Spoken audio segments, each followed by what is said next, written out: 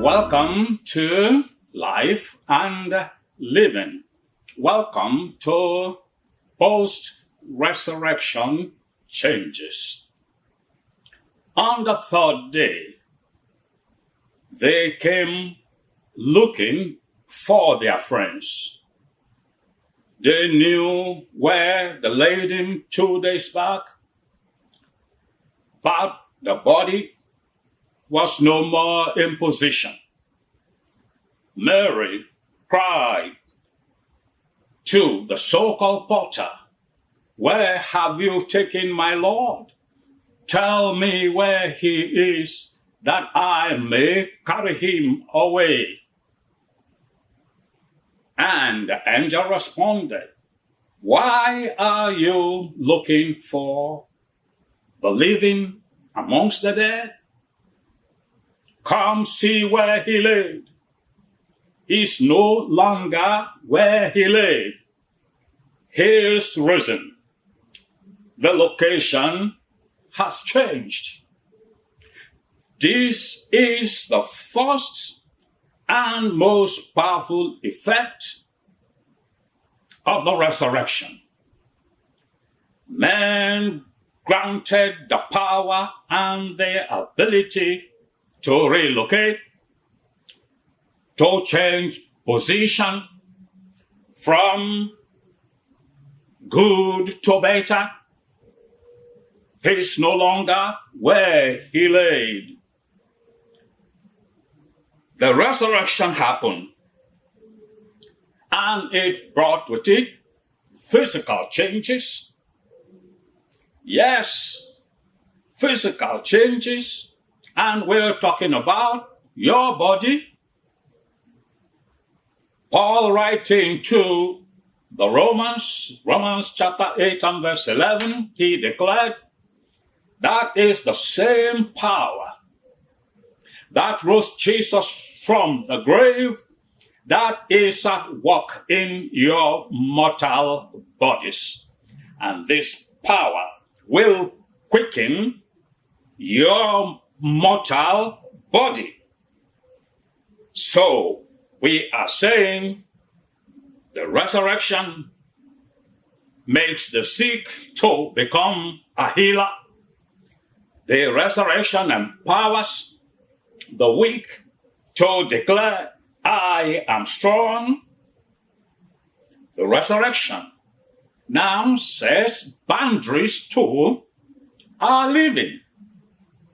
Now, Jesus told Mary, "You can touch me now. I have not yet ascended to my Father and your Father." It can no longer be business as usual. Many things may be lawful for us now, but not many things can be expedient. The Father's business is urgent. The resurrection power is here enabling us to go with all seriousness after the Father's business. It's an urgent business. The resurrection brings the gaze of men. In Luke chapter 24 and verse 11, we were told, "And the disciples came, and looking down, and stooping into an empty tomb, they were looking for their Lord, who cannot be found." Men stoop down when the going is rough. But the same sets of people we saw in Acts chapter 1 and verses 11 to 12. They were now looking up. Their gaze changed because their Lord and Master has just been airlifted into the heavens. And suddenly some angels have to come around to explain the situation unto them more clearly. Oh, this same Jesus whom you see taken away from you into the clouds will come back in the same manner as you have seen him go. Well, the resurrection is bringing unto us a difference in our gaze. The things that have been looking down must now start looking up. Your businesses, your relationships, your marriage, even your health that has been looking down must now start looking up, because it is from up we await a Savior. The resurrection, it brings into our lives some things that God has prepared for us. In John chapter 21 and verse 5, Jesus showed up to the boys at the beach. Do you have any meat? In other words, results. What do you have to show for your labors? Oh, they have toiled all night through. Do you have any meat? And the boys responded, no, we have only labored in vain. We have no meat. We have nothing to show for our efforts. And Jesus extended an invitation to them. Come and dine. And that's to be located in verse 21.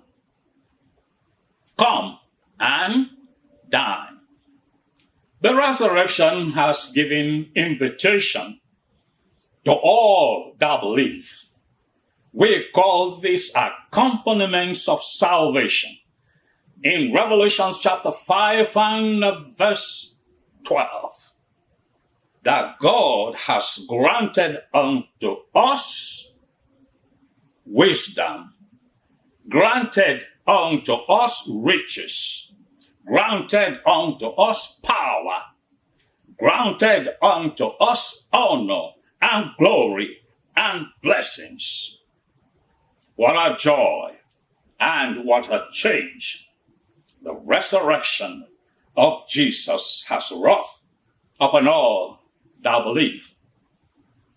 And that's why Paul make a declaration in 1 Corinthians chapter 15. He said, if Christ be not risen, then of all men we are most miserable. But thank God, the resurrection is here. Power is here. Change is here. God bless you as we begin to enjoy the dividends of Christ's resurrection.